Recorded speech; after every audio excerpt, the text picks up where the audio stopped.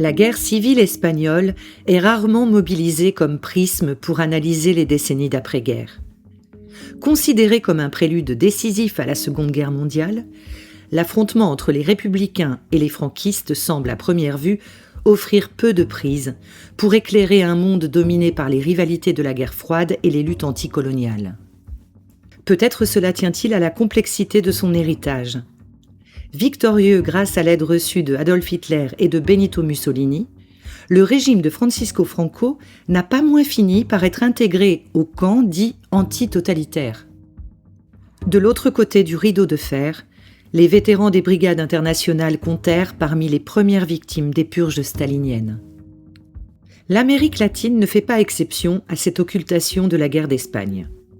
La succession de révolutions, de coups d'État, d'expériences démocratiques et de dictatures militaires qui ont secoué le sous-continent durant la guerre froide est le plus souvent interprétée comme autant d'expressions de la domination des États-Unis et de contestation de celle-ci.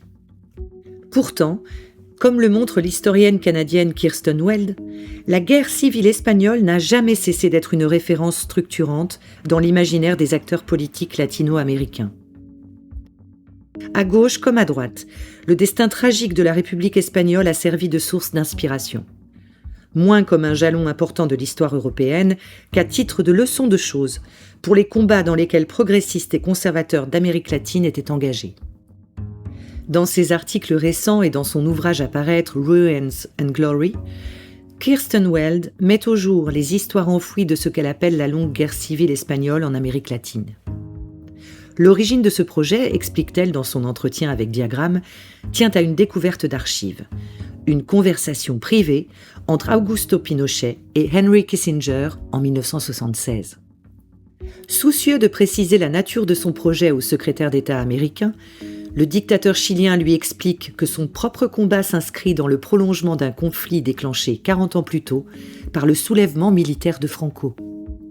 Peu après cette première découverte, Weld constate que les dirigeants réactionnaires ne sont pas les seuls à user de la guerre civile espagnole comme d'une boussole. À l'autre extrémité du spectre politique, l'intellectuel nicaraguayen Sergio Ramirez écrit dans ses mémoires sur la révolution sandiniste de 1979 que ses camarades et lui ont hérité des rêves perdus de la République espagnole, transmis de génération en génération.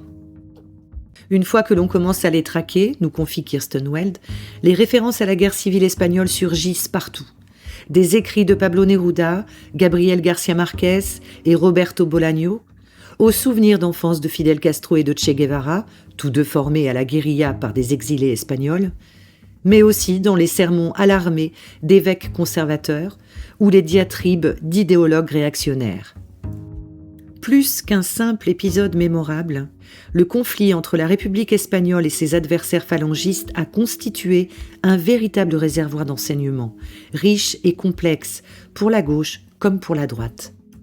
Aux yeux des conservateurs latino-américains, l'Espagne franquiste offrait une synthèse particulièrement séduisante entre anticommunisme catholique et racialisme antilibéral. Le généralissime n'avait pas seulement réaffirmé les privilèges coloniaux de l'hispanité auxquels les élites dirigeantes latino-américaines prétendaient appartenir. Il avait aussi ravivé l'imaginaire de la reconquista médiévale. Dans cette vision, les communistes n'étaient pas seulement des adversaires politiques, mais une race étrangère invasive, porteuse de ce que le psychiatre espagnol Antonio Vallejo Nájera appelait un gène rouge. L'objectif final n'était donc pas seulement de prévenir les révolutions socialistes ou l'élection de gouvernements de Front populaire, mais bien de remonter le cours de l'histoire vers un ordre social d'Ancien Régime, résolument pré-démocratique. De leur côté, les progressistes latino-américains s'interrogeaient sur les leçons à tirer de la chute de la République espagnole. Ces dirigeants élus avaient-ils été trop timorés ou trop radicaux dans leur lutte antifasciste ? Dans quelle mesure les divisions internes de leur coalition avaient-elles contribué à leur défaite ? Et quelles étaient les chances de mener des réformes démocratiques dans l'Amérique latine de l'après-guerre, alors même que les dirigeants du monde libre n'avaient aucun scrupule à intégrer l'Espagne franquiste à l'ONU et soutenaient désormais les coups d'État de ses admirateurs sur le sous-continent ? Les transitions démocratiques qui ont accompagné ou suivi la fin de la guerre froide n'ont pas entamé l'importance symbolique de la guerre civile espagnole en Amérique latine. À gauche, la dimension anticoloniale des mouvements sociaux qui ont conduit aux vagues roses des années 2000 témoigne de ce à quoi ils s'opposaient. Un ordre postcolonial largement fondé sur la suprématie hispanique défendue par les héritiers de Franco. À droite, l'idée phalangiste selon laquelle la démocratie libérale n'est pas l'antithèse du communisme mais sa porte d'entrée éclaire en grande partie l'ascension de caudillos postmodernes, de Jair Bolsonaro et Nayib Bukele à Javier Milei et José Antonio Cast.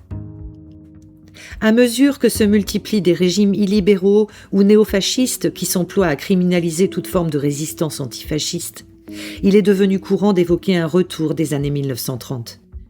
Pourtant, comme le montre Kirsten Weld, ce à quoi nous assistons en Amérique latine comme ailleurs relève moins d'une résurgence d'idéologies que l'on croyait révolues, après des décennies de sommeil, que de l'affleurement et de la transformation de courants intellectuels et politiques qui n'ont en réalité jamais disparu. L'empreinte durable de la guerre civile espagnole en Amérique latine en est une illustration exemplaire. Notre entretien a eu lieu à New York, le 19 mars 2026.